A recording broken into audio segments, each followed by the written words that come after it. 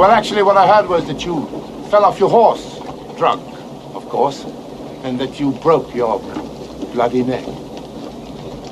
I heard that one myself, Bob. Hell, I even thought I was dead. Till I found out it was just that I was in Nebraska.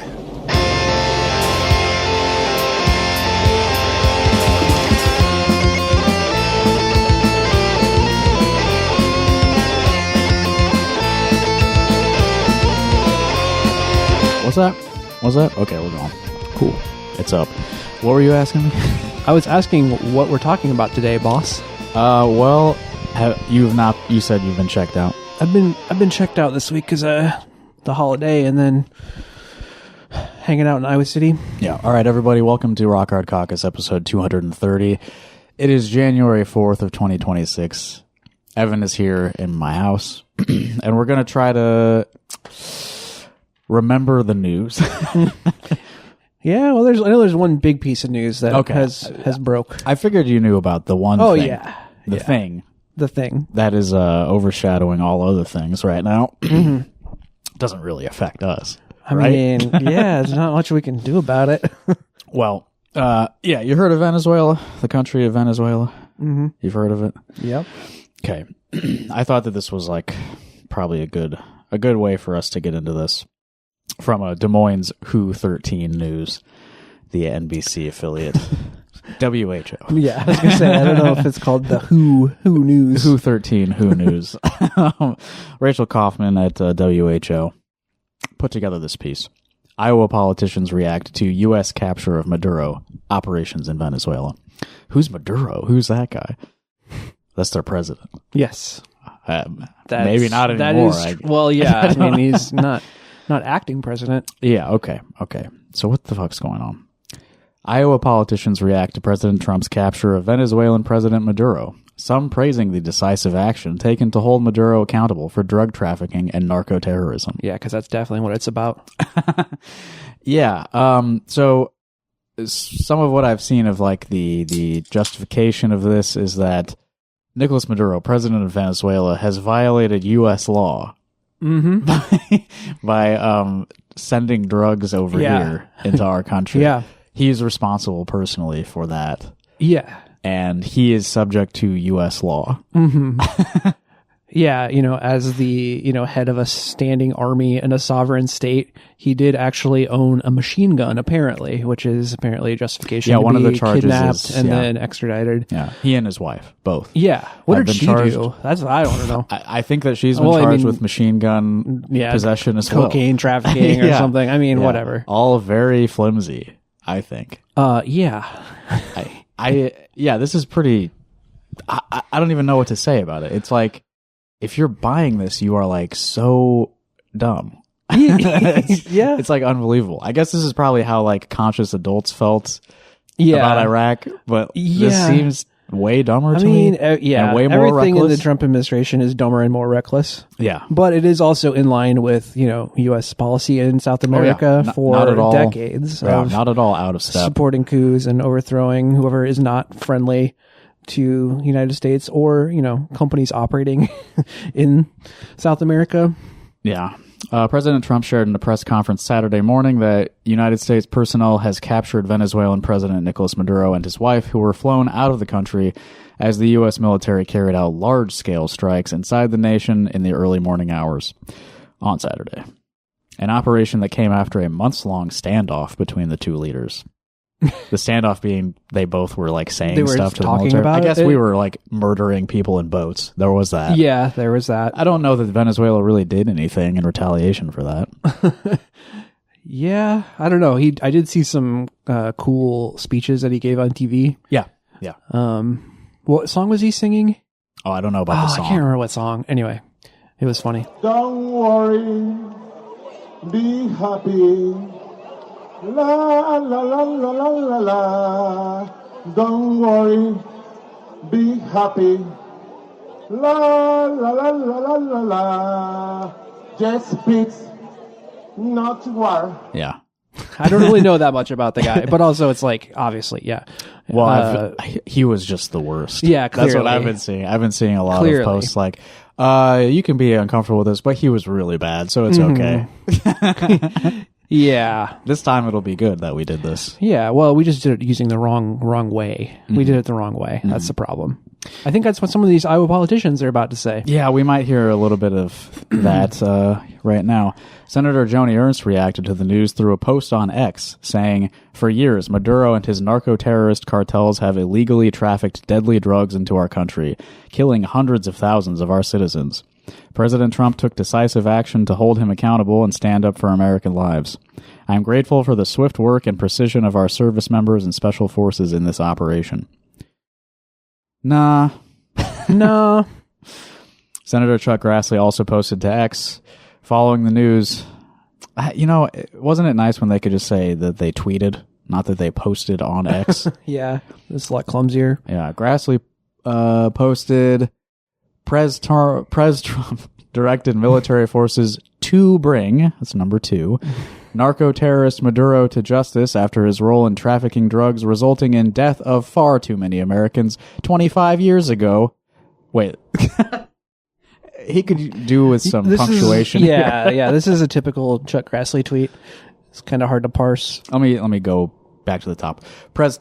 I can't even say Pres Trump. It feels so weird. Pres Trump directed military forces to bring narco-terrorist Maduro to justice after his role in trafficking drugs resulting in death of far too many Americans. 25 years ago, Venezuela was a prosperous economy. 1/3 of people have left country. Proof a dictator was not good for Venezuela. The last part's in all caps. 25 years ago, Venezuela was a prosperous economy, but not since they've had a dictator in charge. That's, yeah. When did Chavez come to power? I mean... Governor Kim Reynolds supported President Trump's actions, saying in a Facebook post, "For too long, Americans have suffered because of the dangerous and deadly drugs flooding into our country from Venezuela." Reading this shit, you would think that Venezuela is the home of all drugs. Yeah, for real. Those drugs are pretty plentiful. Mm-hmm. Like, just all around. Yeah, I'm pretty sure not all of the, fentanyl and cocaine in the country is, from Venezuela. I mean, some drugs are synthetic, and you can, human beings can make the drugs themselves out of common household items. I don't think that it's rational to consider Venezuela the prime director of the fentanyl crisis. And I don't feel like that was even part of the conversation until this year. Yeah, absolutely. Well, I mean, we know it's not really about that, though. Of course, we said it's an oil thing, and whatever. I know they have lithium and some other they have gold deposits and stuff, but yeah, it's about empire. It's about empire. It's about the fact that Venezuela is had been not kowtowing to the United States and United States corporations. Yeah. And so now Trump's we're going to run it. We're going to make a bunch of money. It's going to pay for itself. Well, it's like a private equity takeover. Yeah. I saw a news article that a bunch of Wall Street people were touring, potential stuff to take over in Venezuela. We just snapped our fingers and Venezuela is now American property. You only took the president. They still have a lot of other people who probably aren't down with this. Yeah, I don't know. I don't know enough to say what it will entail from now, but I mean, he's just a president. There's still a state, Yeah. We can't just take it. I don't think. I mean, I'm sure that many Americans would like to think that we have that amount of power, but it's not if we couldn't do it 25 years ago with Iraq, we can't do it now with Venezuela. We're not stronger than we were then. Yeah, for sure. Even taking the moral considerations out of it, we are not capable of doing this. Yeah. It's only going to hurt, there's no good can come of this. Even if you really, really think that Nicolas Maduro was such a threat to his own people, how can you believe that this could be good for anyone? Yeah. You cannot. Also, all the people saying he was a dictator or whatever, it's just providing implicit cover for it. Yeah, absolutely. And how do we know anything about it? Through Western news. Yeah. Almost entirely, right? For real. I mean... Yeah, all the Venezuelans are celebrating. It's so you're saying that Venezuelan expatriates in America are celebrating? Yeah. a lot of people are saying that, like as Marco Rubio said something about like Cuba should be worried Cuba's or something. Next, yeah. Cuba and Mexico are you think next. all of the Cuban people in Miami are going to be like celebrating when that happens? They will, because they're the people who fled. Yeah, they left for a reason. They left for a reason. Yeah. What else did Kim Reynolds say? The decisive action taken by President Trump finally brings Maduro to face justice for his crimes and defends our national security. God bless the brave men and women of our military for their service in executing this mission. This defends our national security. Yeah. It's also like the United States president is like not liable for crimes that they commit because of, Supreme Court thing. Sure. But we can bring a president of another sovereign state to America to prosecute them under our laws. They're acting like they're going to put him on trial. Like, yeah. What the fuck? Yeah. Do you think that could even happen? I don't think so. I don't know. I don't know. I have no fucking idea. The Somebody law is needs made to up. stop We all us. know this. That's what we need. We need the rest of the world to stop us. Yeah, literally we do. We're a rogue state. We're the bad guys. We're the fucking criminals. Number one criminal enterprise in the whole world. Actually, that's what I was going to say when you were talking about, like, we're taking over the Venezuelan economy. We're going to, like, make so much money off this. You know what's very profitable? The drug trade. Yeah, that's true. Like, do you really think that all that... If you really believe Venezuela is the prime importer of drugs into the United States, do you think that that's going to stop because of this? Like, what makes that... What makes that even more appealing if you're on both sides of it?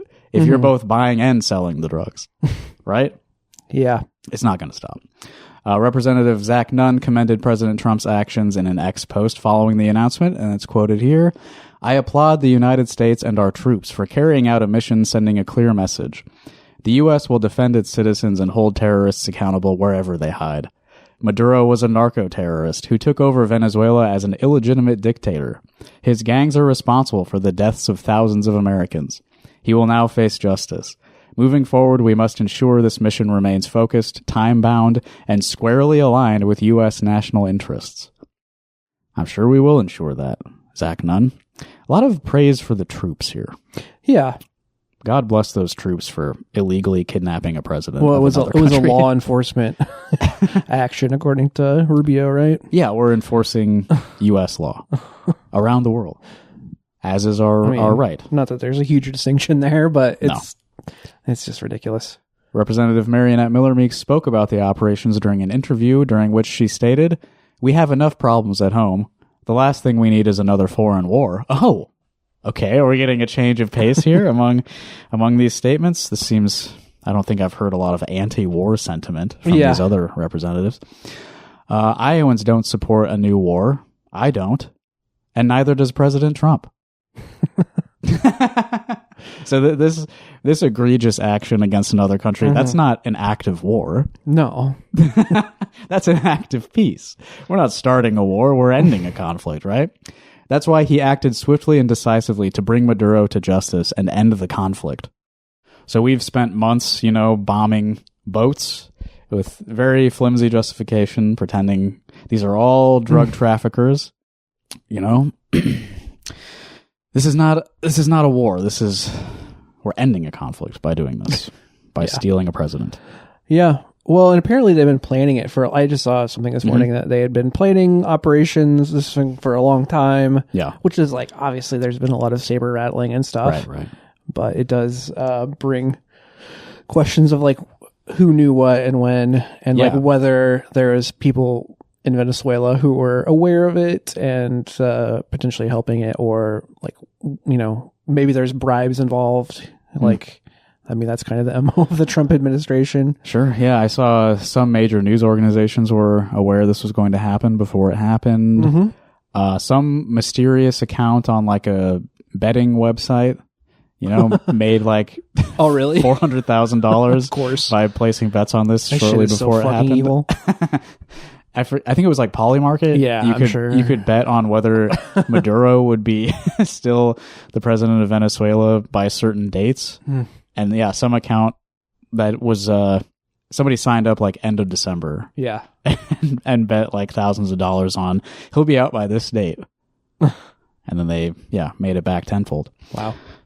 Representative Ashley Hinson praised the president and military efforts to capture Maduro and its likely impact on drug trafficking. In a tweet, President Trump doesn't just talk, he takes action and follows through, as Maduro now knows. It's a long past time for Maduro to be held accountable for drug trafficking and narco-terrorism, which he was indicted for in a U.S. court in 2020. Okay. I don't know much about that first mention of it in this article, but yeah, if you've been indicted of a crime in a U.S. court as the president of another place that is not the U.S., you got to be brought in. I guess That's so. just the way it goes. Yeah. Weird. Thank you to our brave troops and to Secretaries Rubio and Hegseth for the professionalism and precision that led to the success of Absolute Resolve. I guess that might be the name of the operation. Absolute Resolve. Dumb. God bless our troops. Okay, now maybe we'll get a change of pace. The Miller Meeks one was interesting. It's sort of like a war is peace kind of thing. This one we actually get like a representative of the opposition party. Okay. The Iowa Democratic Party chair, Rita Hart, released a statement following the news of the invasion, during which she praised America's soldiers, but appeared to question the orders that were given. All right. Rita Hart. Our brave soldiers in the United States military once again proved they can achieve any military objective they are given. Okay. Even if the military objective they're given is fucking stupid and crazy. From an insane man? Yeah. God bless our troops who do not question their orders. They do what they're told, even if it's fucking crazy. Yeah, I'm pretty sure there are some orders that they could give the United States military that they would not be able to achieve. Oh, sure. What do you think? What are they not capable of, do you think? Winning any any conflict like with boots on the ground. Sure. Yeah. When your target is one guy, they can handle that. They've done that a few times. They have, yeah. The president's words this morning make clear this was not a one-off operation. Remember, this is Rita Hart of the Iowa Democratic Party. This administration wants to take over and run Venezuela. Yeah. Our system of government has checks and balances to ensure that the objectives our military is given are necessary and wise. Our courageous soldiers should not be put at risk or asked to enter long-term wars, occupy countries, and rebuild governments without the consent of the governed. Is that us? Are we the governed? I think so. Okay. That's also another funny point is like, if Trump were to be kidnapped and extradited to a foreign country, like the majority of this country would be celebrating it, I think. That's true. Yeah. Yeah. We could say the exact same thing. Oh, yeah. I'd be posting Instagram stories like crazy. Oh, like, absolutely. Listen, if you're not here, you don't get it. We're so happy that this is happening to us. That's why our Constitution makes the president commander-in-chief and gives Congress the power to declare war. Iowa's delegation in Washington needs to do its job and provide a check on a war for oil with American boots on the ground. Okay. Well, at least she said that, I guess. But Iowa's delegation is entirely Republicans who all have praised this action, so that's not going to happen, Rita. So all that's really happening here is you are praising the military. You're praising the soldiers who did this thing that is incredibly reckless and is going to have dire consequences for the world. That's really the only effect of that statement. Yep. What about Josh Turek? Got something from him. Might as well hear that before we close this article.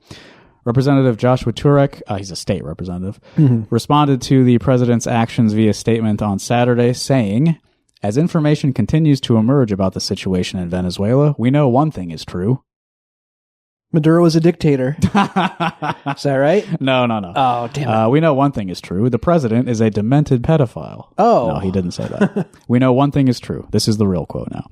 Nobody wants another unjustified, unconstitutional war that Congress didn't approve. Iowans are tired of never-ending wars. Washington should be focused on fixing the economy, lowering costs, and building up the middle class. Well, okay. That one's okay. It's okay. You're kind of dodging, I think, some of the heart of the issue, which is that true. American empire needs to crumble. Yeah, I guess it's better than all the people who are like, well, he was a bad guy. You know, like Sarah Trone. I don't know if you had Sarah Trone Garrett's tweet on there, but she was like she led with Maduro as an evil dictator. So it's like, okay, so you you agree with what happened. You just don't like how it went down. I don't think I read her entire statement, but I did screenshot the beginning of her Facebook post, which was, Nicolas Maduro is a dictator and deserves to face justice. However, and then you don't even need to read the rest of it. Yeah, I mean, if that's what you're leading with, you know, you can just mad a little bit, you know. Yeah, it's good that this happened. It just should have been done more intelligently. We should have had Congress vote on it first, and they obviously would have voted in favor of it. So we should have sent money and weapons to groups within Venezuela to do it on our behalf. Yeah. If you do that enough times, it works. They get better. Yeah, each I guess time. they did try that. Now that I think about it, they did try that. Juan Guaido, right? Yeah, Juan Guaido. Where the fuck is he? Is he going to be the president now? Yeah, and the Machado lady, who is like apparently not in the picture either. I don't know. I'm not sure what's going on. I think the aim is just like, you know, explicitly a proxy state now. Yeah, literally. They're just going to be little America. All right, so that's bad. All right, let's not talk about that anymore. I hope we don't. I don't even know. Yeah, who the fuck knows at this point? It's too early to really. I hope we just stop doing predictions anything.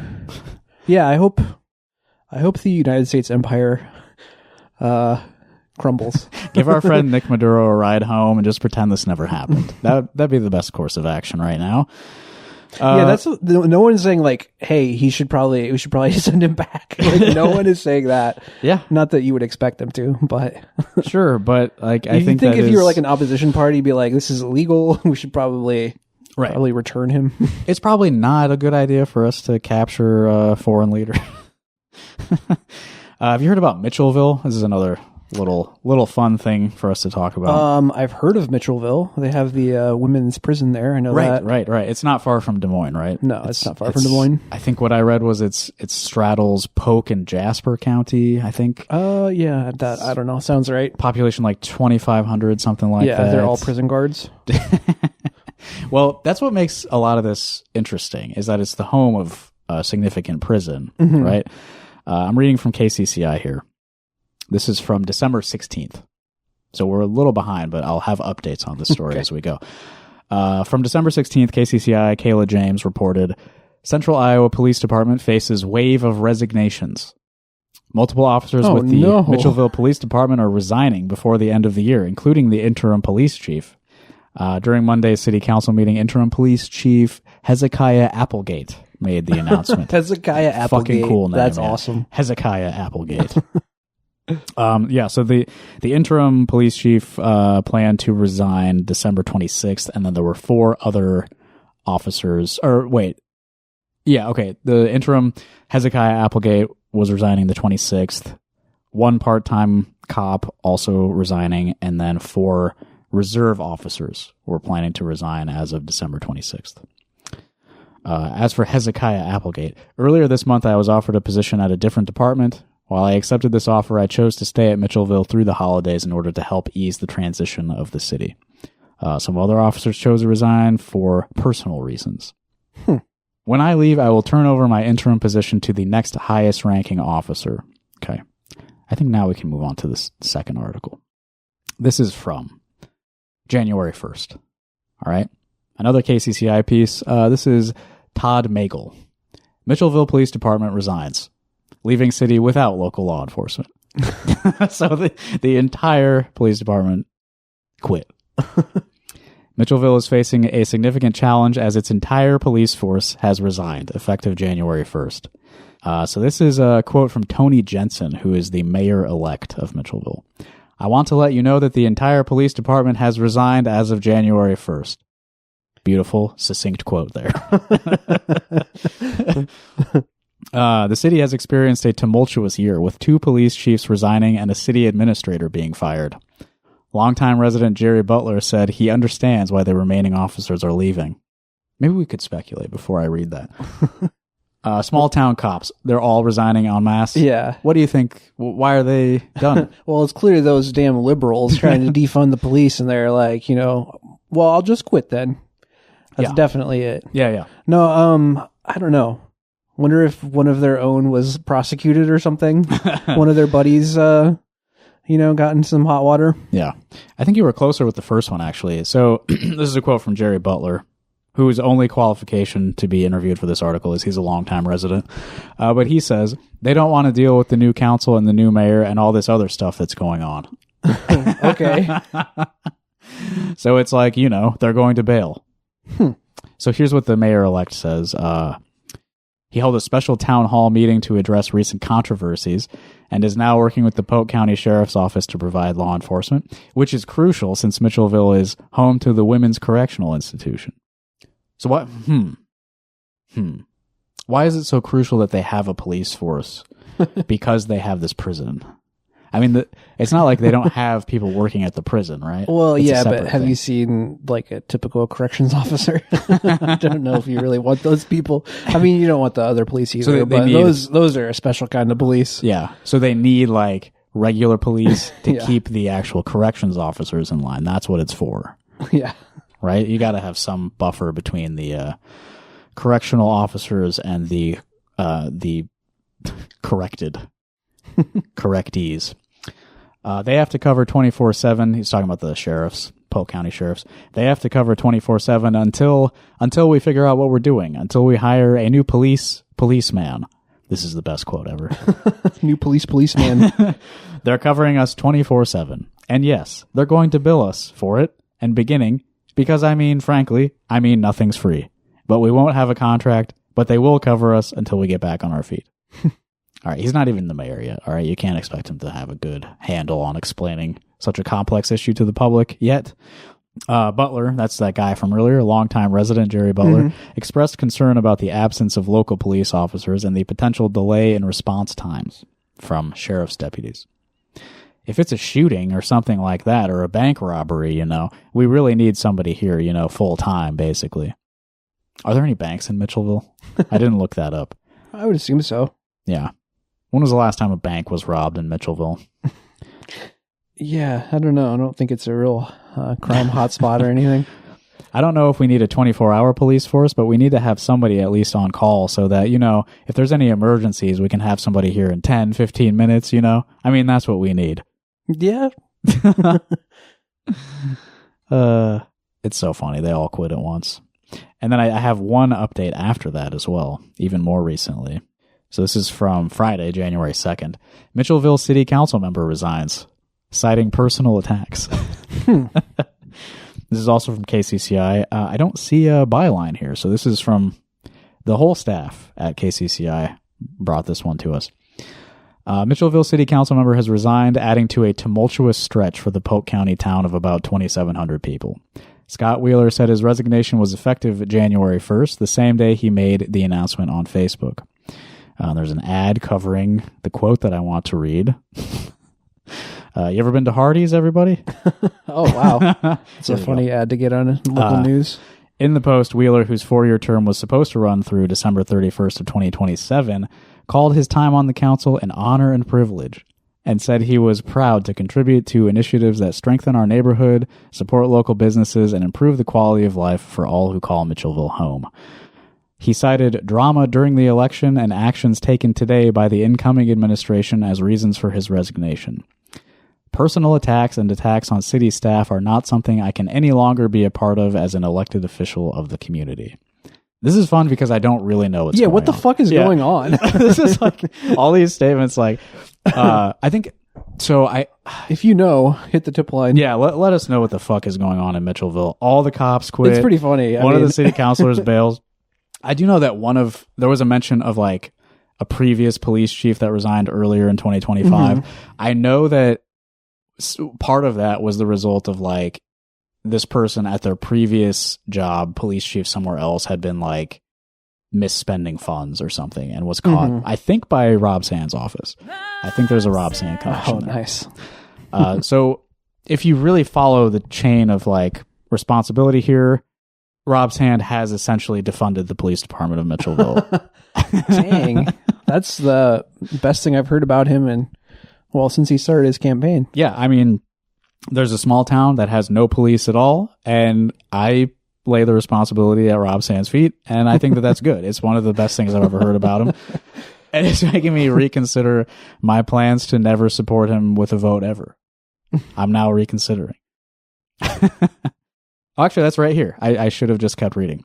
Hezekiah Applegate was named interim police chief in November following the resignation of William Daggett. That's a good name. Is that the guy from... Bill Daggett? Bill Daggett. Daggett, the name of the more anxious beaver in the cartoon Angry Beavers. Right. William Daggett, who was named in an audit alleging misspending by some Baxter City leaders when he was chief of police. There we go. Mitchellville has since voted to hire an outside investigator to conduct an audit there. There we go. So, yeah, I don't know really what's going on with the personal attacks on city staff that convinced this city councilor to also quit. But Mitchellville sounds like a paradise right now. They got the unguarded prison. I was going to say, the new mayor was like, the police have all resigned and the purge is on. They've established an autonomous zone in Mitchellville, the MAZ. MAZ. Yeah. So now might be the time, if you want to rob the Mitchellville savings and loan, nobody can stop you as of now. Okay. I do have another story that I think is probably going to take up the rest of this episode and is also about a small town. Hell yeah. Do you know Sioux Center? I know Sioux City. Sure. It's similar. Sioux Center is a city in Sioux County, Iowa. Sioux City is not in Sioux County. Yeah. It's in Woodbury County. The population of... There's also that, yeah. Lots of Sioux going on. There's Susie and the Banshees. Susie, yeah, great band. The population of Sioux Center was 8,229 at the time of the 2020 census. Sioux Center is notable for its Dutch heritage, agribusiness, and as a location of Dordt University. Dordt. We have talked about Dordt University. Recently. Yeah. Randy Feenstra used to teach there, I guess. Yeah. So there's a connection. All right. Over the past few months, I've been seeing news stories about this place, Sioux Center, occasionally, and never brought it up on the show, but I think now is the time for us to really get into this. Sioux Center, fairly small town, 8,000 or so. They do have a public library, which is great. We love our libraries. They provide vital services to communities, and Definitely. A lot of stuff is free at the library, which is rare in this world to get anything for free. You can even get like tools and stuff there. You can get like all kinds of stuff. DVDs, CDs, yeah, periodicals. Well, one of the things you can get at a library is a book. Yeah, that's the main one, I think. Books are full of words, right? Yeah. And some words are bad. Yeah. Some words like sex. Or penis. Yeah, vagina. Scary words. Boobs. Yeah. But there are books that do have those words in them. There are a lot. Yeah, those are common words. Even words like shit and fuck sometimes is in books. And a lot of these words, some people never want to read or hear those words at all for their whole lives. And those are people we refer to as grandmothers. Yeah. But a lot of more socially restrictive, conservative type people don't want children to be aware of those words at all. Right? And the thing about a library is it's generally like anyone can check out anything. There's not a lot of restrictions, content-wise or anything like that. So there might be books in there that say shit in them, and a kid could check it out, Yeah. And nobody's really going to stop that. Yeah. And this has become an issue. In the town of Sioux Center, people are very concerned that a child could read a book that has sex or like adult words in it. We have a very long piece by Jacob Hall in the Iowa Standard going over this whole saga. He published this on his website on December 29th. Now, I do not recommend this website to anyone. The Iowa Standard is a right-wing rag, and we're reading this for the purposes of ridicule today. Yeah. I do not endorse Jacob Hall or his quote-unquote work in any way. Yeah. Yeah, it's also funny because the very first thing is an ad, and then the next thing before the article is, hey, donate to us on PayPal or Venmo. Yeah. Like, not a real news organization. No, Patreon.com/RockHardCaucus. Yeah, we're not either, but no. We're not pretending to be. Well, after that, after the begging for money, You also get reader warning.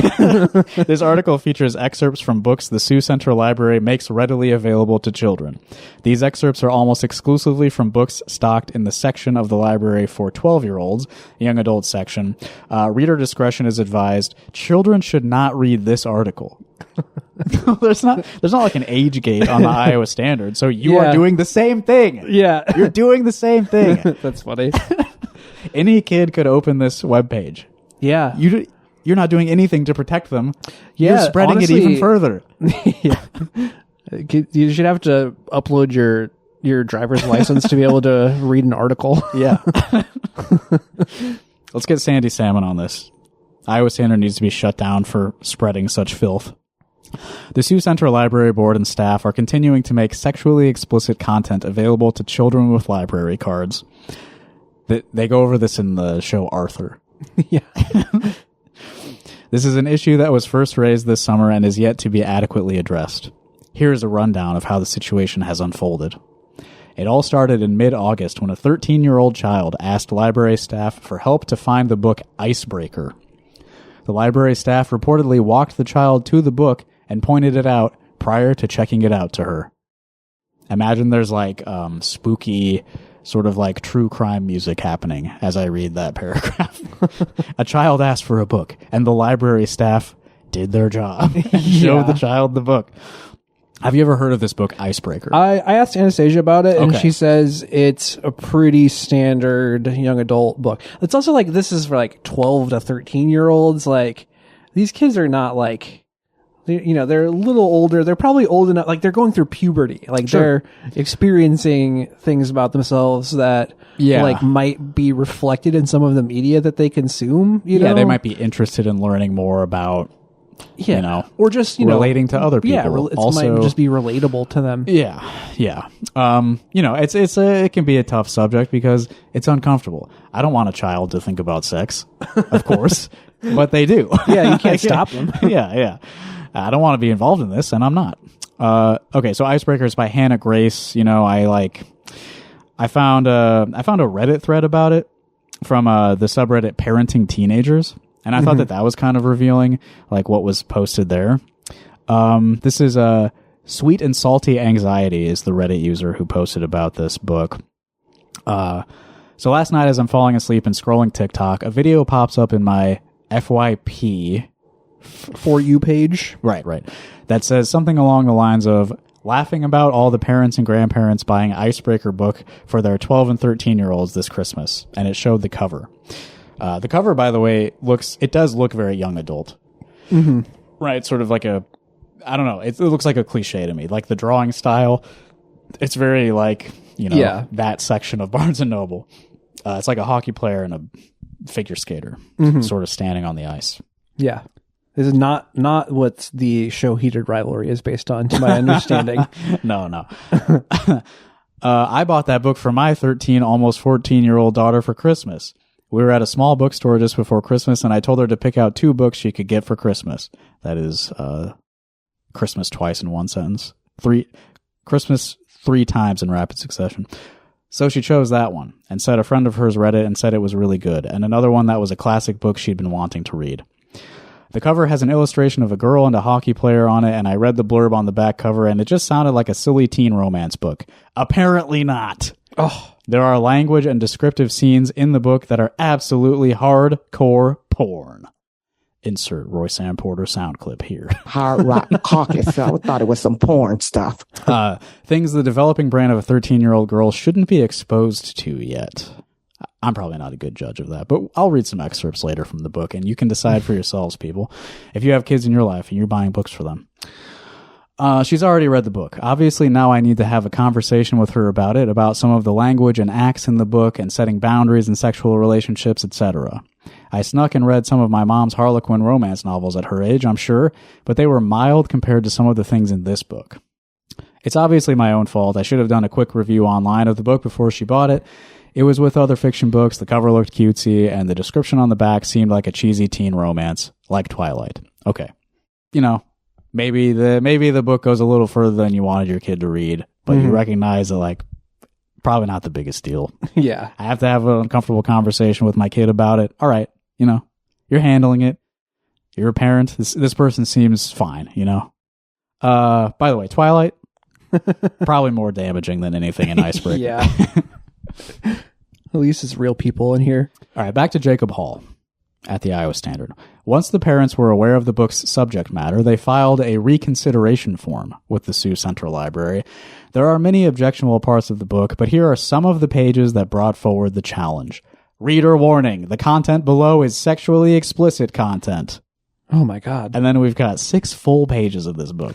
They're just like, check this out. Or look at this. I can't believe it. Yeah, have you read any of this yet? Yeah, I'm skimming through it. Anything jump out at you? I mean, it's a description of people having sex. Sure. The girl in the book, her name is Anastasia. Yeah. So I thought that was fun. Yeah, it's funny. Here, you know what? Let me read a little bit. Warning, listeners, the content you are about to hear is sexually explicit content. Clip this. Pulling back, I thrust forward as far as I can until I meet resistance. Her nails sink into my shoulders, her arching back pushing her stomach into mine. Oh my God. God is italicized.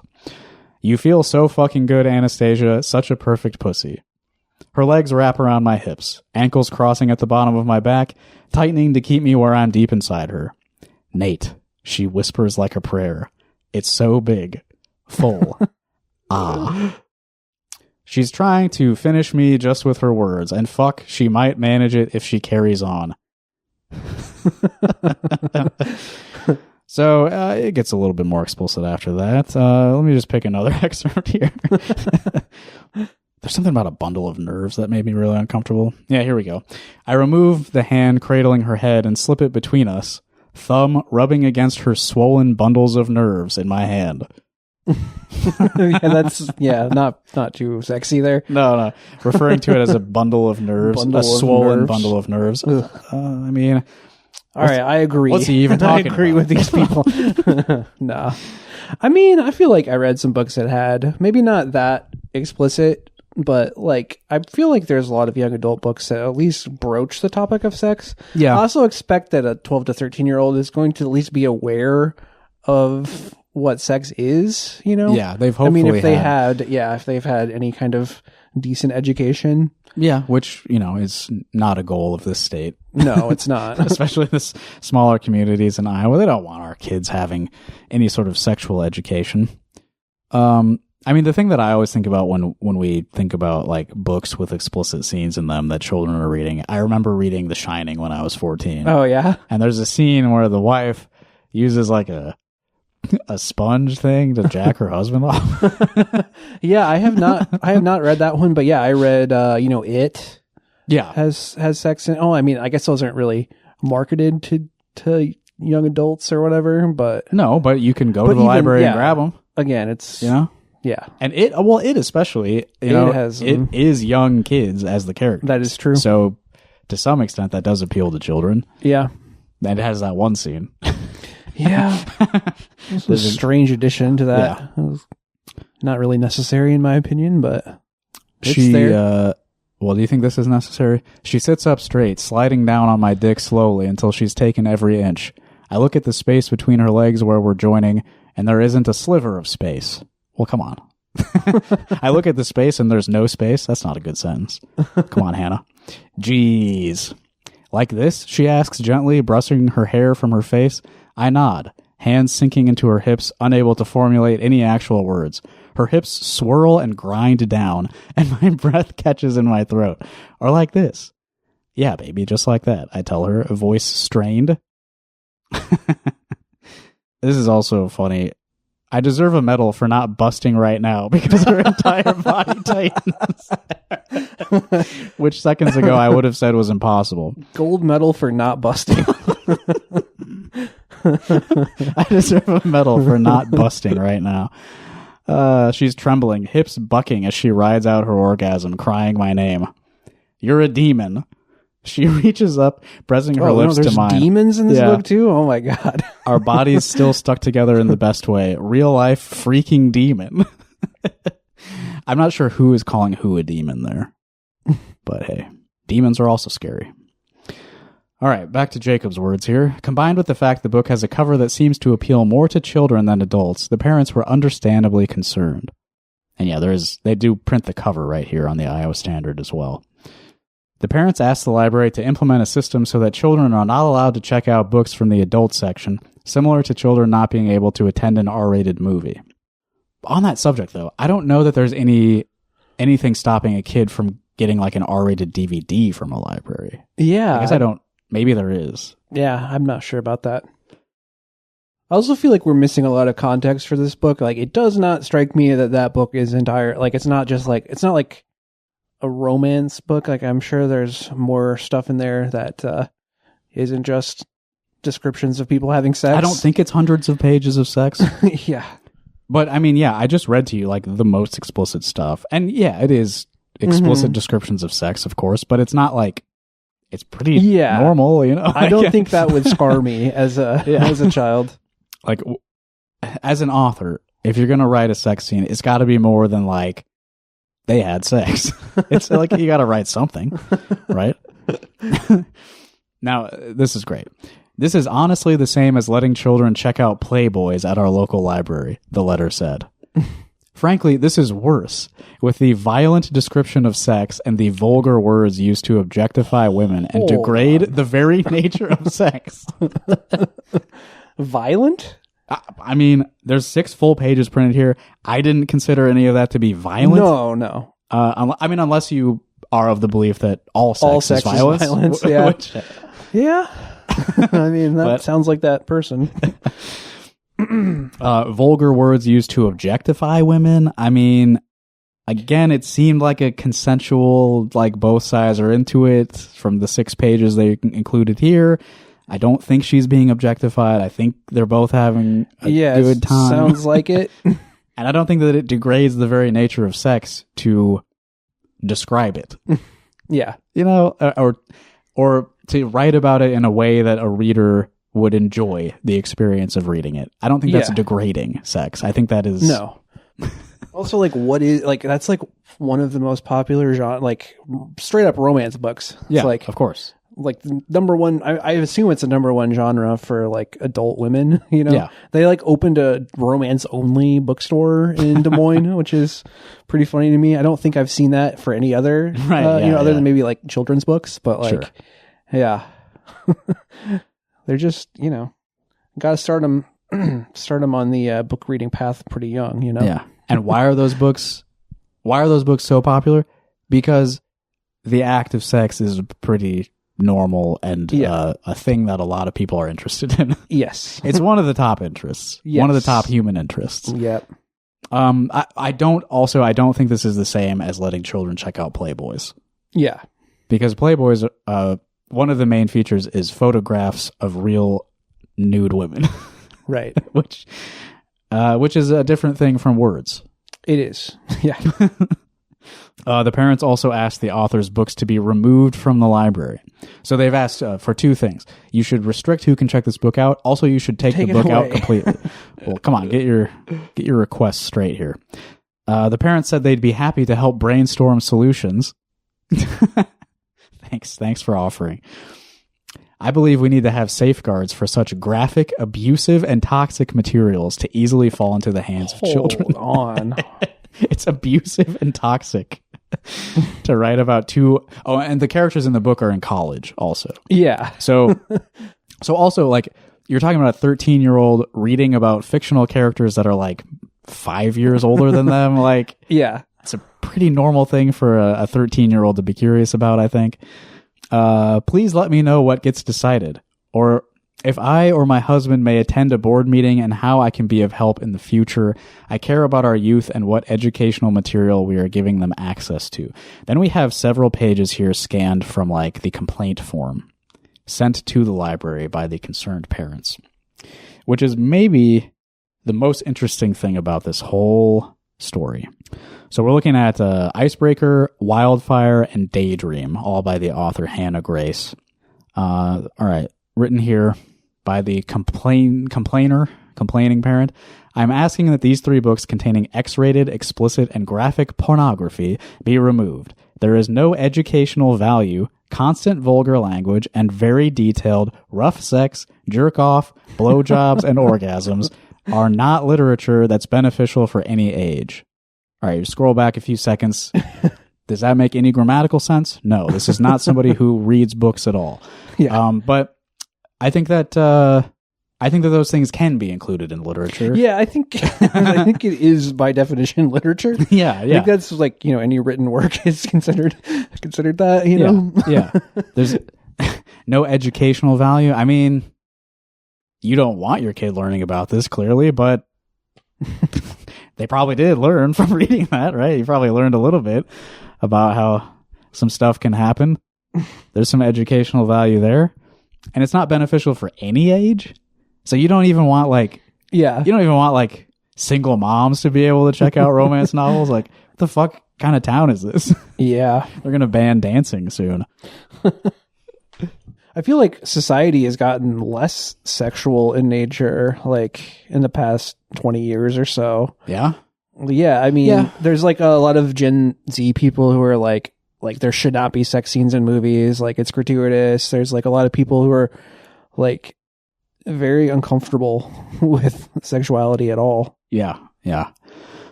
Me too. Yeah, speaking of Hardee's commercials, remember that shit? Right, yeah. I don't see stuff like that anymore. As much, at least. Something mentioned here in the complaint. Have you examined the entire resource? Yes, and Common Sense Media has a good summary. This is not literature.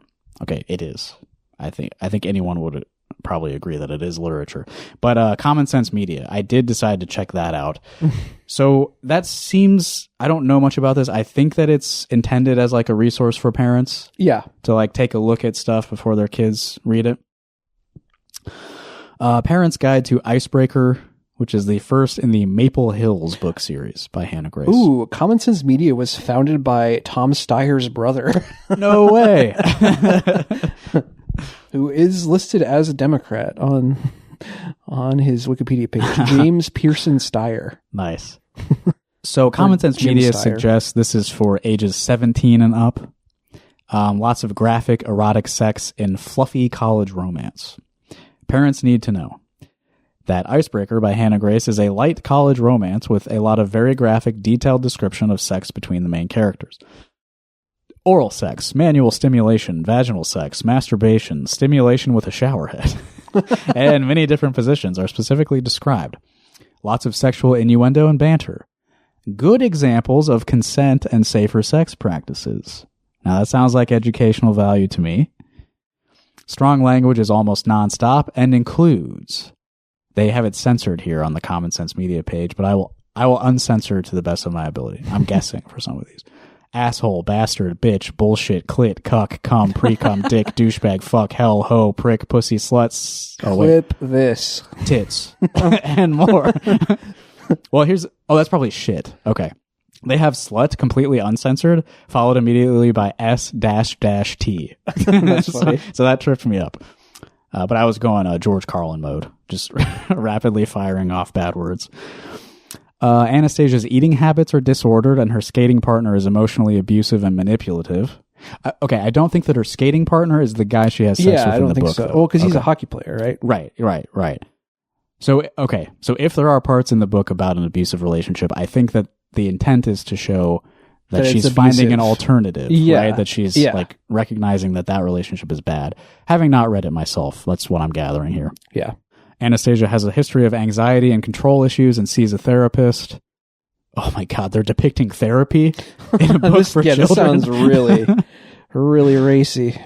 Violence and scariness is mild, including a fight with punches that mentions bleeding cuts and swollen faces. An unwanted kiss leads to a lot of emotional upset, and a character who nearly dies after falling through ice into a pond. College-age characters drink to excess a lot and often don't remember what happened or how they got to where they woke up. Consequences include hangovers, vomiting, and dealing with poor decisions.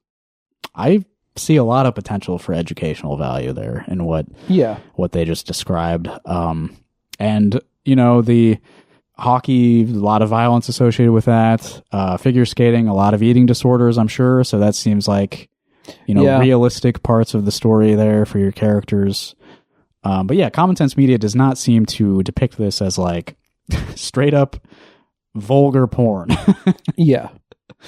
But then what really is awesome about the form that's been scanned and shared here on the Iowa Standard is whoever filled this out decided to document and catalog every single instance of something they found offensive in the book. So this is a page just completely covered with pen writing.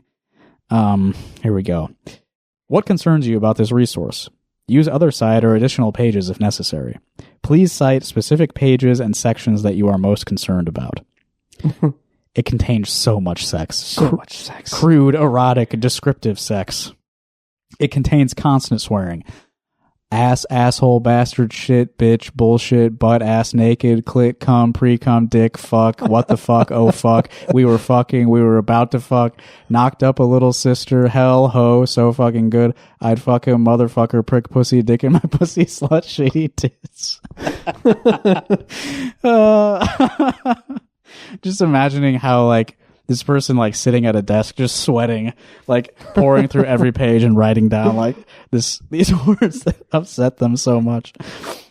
And they've got, like, a ton of page numbers. Basically every page of the whole book is written down. An absurd number of citations. Now, most of them are later in the book. That's true. So, I mean, I guess that's more build-up credence to the idea that this is not just it's not purely about descriptive sex. Yeah, yeah. This is not a fluffy comfort book as described on the back of the book. This is explicit, crude, and graphic pornography. Reading the back of the book is not a clear picture of what this book contains. On page 214, somebody says, fuck my life. Page 215, boner, horny little dog. Yeah, it looks like the first instance of graphic sex that she's identified is page 76. So Yeah. So you got 75 pages of build-up before you get the, what you're really there for. Page 315, watch me jerk off. Page 245, conceited bitch. Oh, no. Conceited. Page 248, no banging, just cuddling. Okay. So fucking dramatic. Page 241. How big his dick is. Page 240. Page 239, what a lucky bitch. None of your fucking business. Page 219. I don't think there's anything better than horny little dog. That's the funniest. Although, whose pussy is this?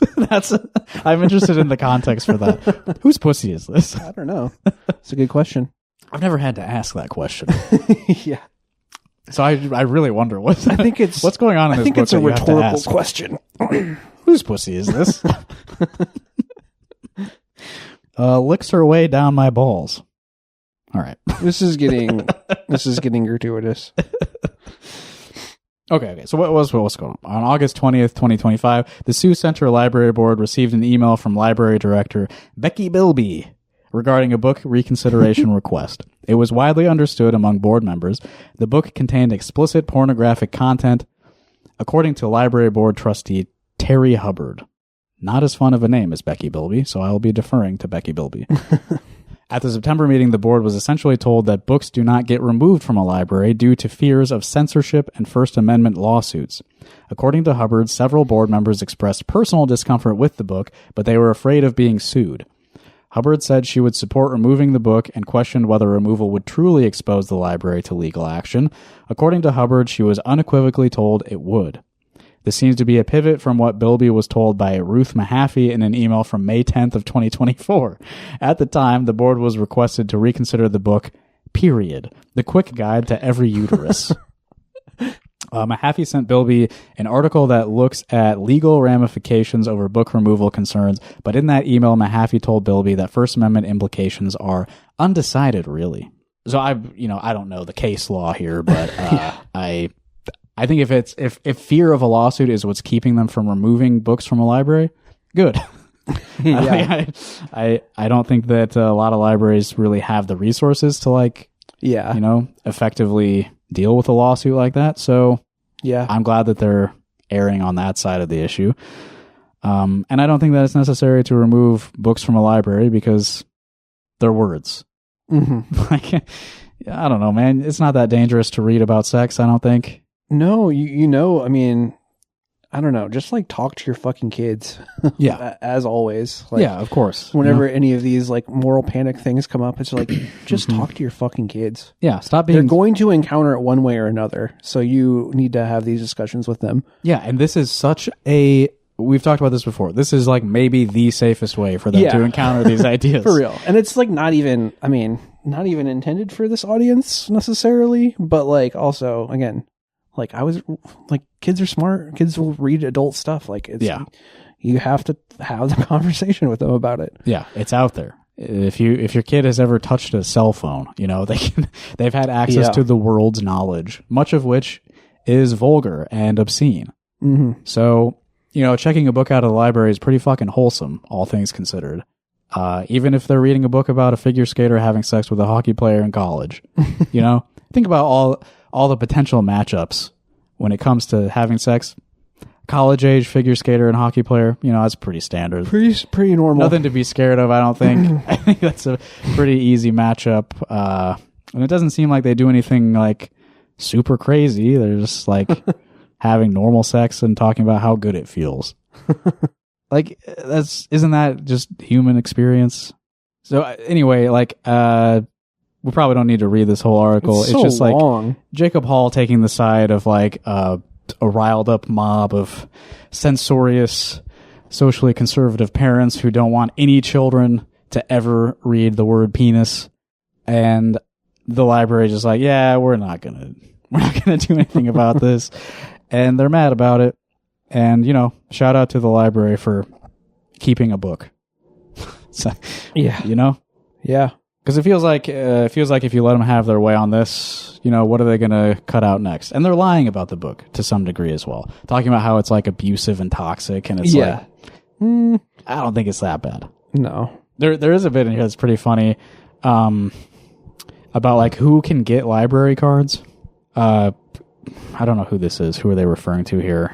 Somebody on the library board, I think, claimed that parents sign off to get a library card, which contradicts this brochure that is in the Sioux Center Library that says, can I make a card without my parent? You need to be 10 to make a library card without your parents. So, I mean, I feel like, 11 and up, you can get a library card without your parents. It's not crazy. Like, parents are busy. You think they have to sign off on every library card? The Iowa Standard reached out to Bilby to ask what the policy of the Sioux Center Library is. We asked if the policy requires parental consent, why this brochure says otherwise, and if the policy is not to require parental consent, what would happen if a child got a library card without parental consent, and then the parent found out and requested the library cancel the child's account. As of press time, we have not received a response. Yeah, they tried to crash a library association meeting. And we're told it's not an open meeting, it's a private meeting. Yeah. And they were like asking like, we asked Johnson if the Sioux County Library Center Association receives taxpayer dollars. Okay. We pay your salary. You need to remove the books that we said to remove. And you need to no longer allow children in here. Hubbard, who is like on the library board, talked about a conversation she had with Bilby regarding the purchase of 50 Shades of Grey. Bilby had expressed to Hubbard she didn't want to buy it, but eventually she did because it became so popular. Whatever it was inside of you that didn't want to buy it, I would say was right, she said. I just want to say that there are studies that reading and looking at pornography changes the way your brain is able to work. This actually hurts people and will turn them into people that they would otherwise not be. That's good. Talking about 50 Shades of Grey, like probably a #1 bestseller for like multiple years. Like it's for real. One of the most successful books of the century. And you think that the library shouldn't have had it available? What the fuck are you talking about? Like, I'm sorry, but like a library is to provide like socially relevant, culturally relevant material to the people of your community without them having to pay money for it.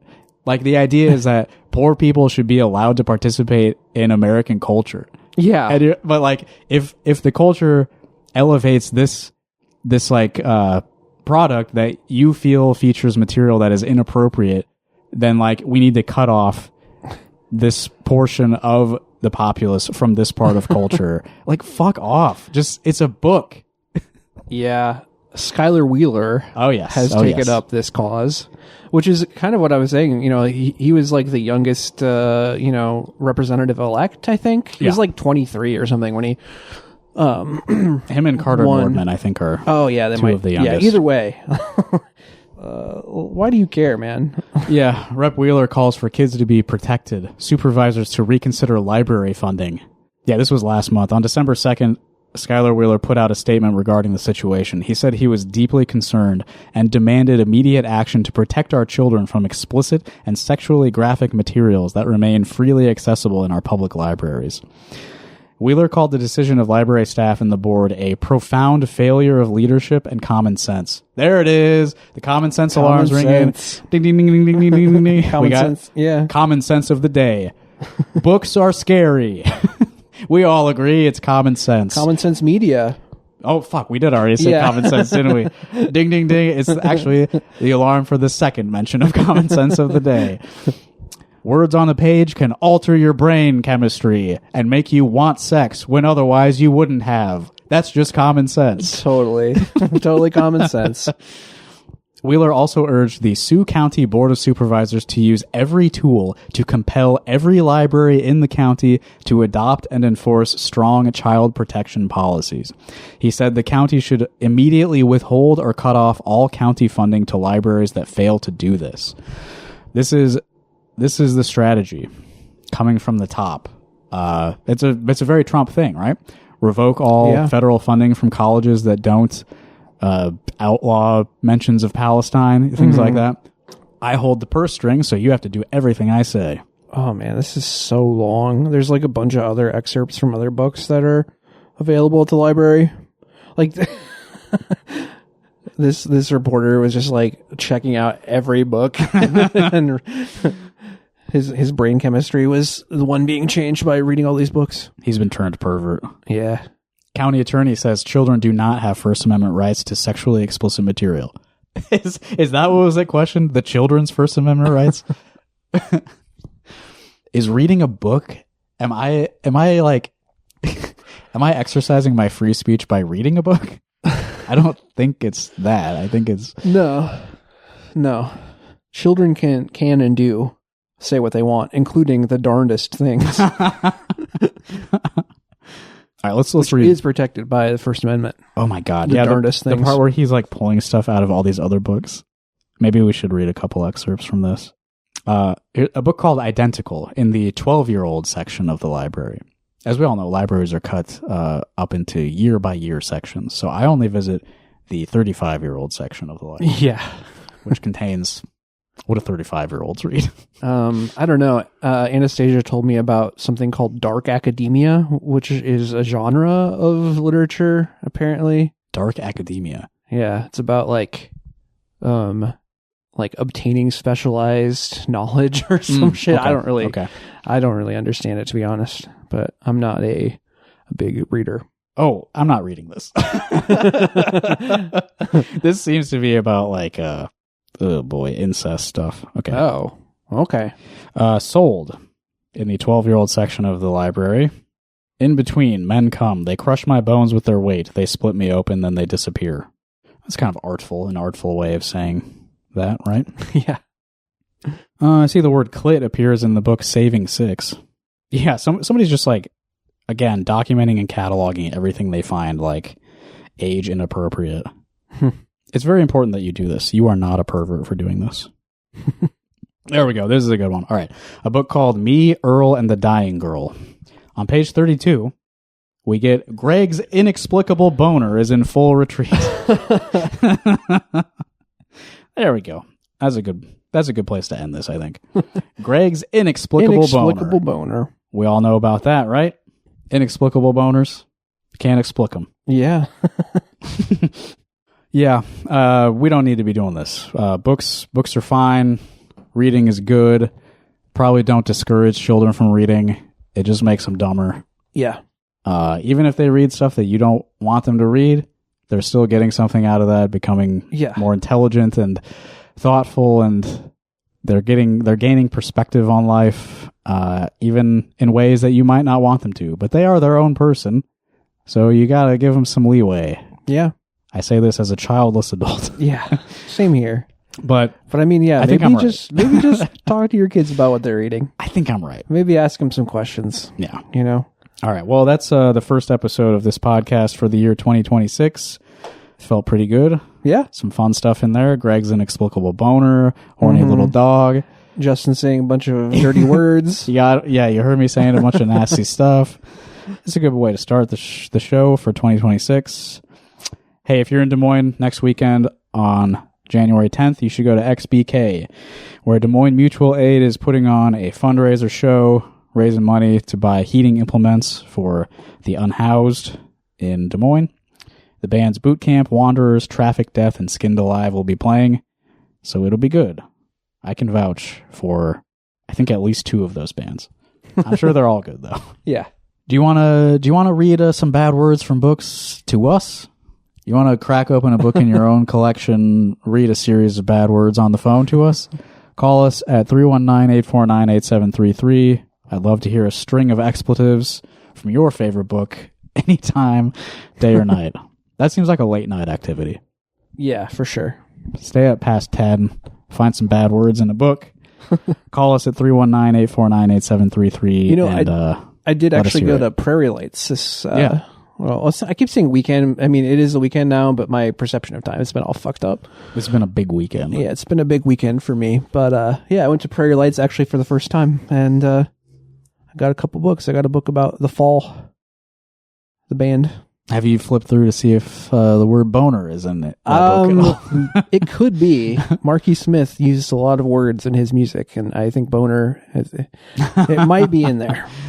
We have talked about a book that contains the word boner on our podcast before. I just remembered. Iowa Trouble? Yeah. A boner glowing in the moonlight. Forgot about that one. Yeah. So if you go to Smith Tyler Granger, you go to patreon.com/rockhardcaucus. Go back a couple years to the Iowa Trouble review. I may have removed the book title from the episode names because of spurious copyright claims, but you can hear us talking about a boner there too. For just $1. It's a small paywall to jump over. We have recently released episodes of Rock Hard Caucus and Speed Freak Read Speak over there on the Patreon. Oh, shit. Whoa.